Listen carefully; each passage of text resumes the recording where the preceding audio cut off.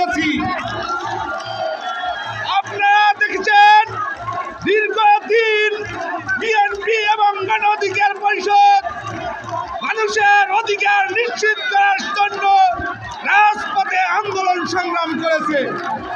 তারই ধারাবাহিকতায় বিএনপি গণ অধিকার পরিষদের সম্মানিত সভাপতিকে যেহেতু পটুয়াখালী 3 আসনে ছাড় দিয়েছেন, যেহেতু এই পটুয়াখালী 3 আসন এবং 4 আসন পাশাপাশি, আমি বিশ্বাস করি এই আসনে মোশাররফ ভাইকে আমাদের বিজয় করা এখন সময়ের দাবি।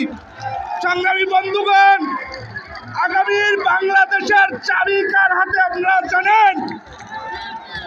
আগামীর বাংলাদেশের চাবি জনাব তারেক রহমানের হাতে। আগামীর বাংলাদেশের চাবি যদি জনাব তারেক রহমানের হাতে হয়, তাহলে পটুয়াখালীর চাবি কার হাতে? পটুয়াখালী 4 আসনের চাবি কিন্তু এবিএম মোশাররফ ভাইয়ের হাতে।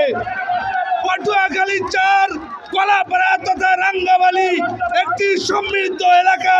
এই এলাকা উন্নয়নের জন্য আমাদের এই মুহূর্তে অবশ্যই মোশাররফ ভাইকে ভোট দিয়ে জয়যুক্ত করব ইনশাআল্লাহ। মোশাররফ ভাইয়ের পক্ষে আমরা ভোট চাই, ভোট চাই, ভোট চাই। সবাই ভালো থাকবেন। আসসালামু আলাইকুম।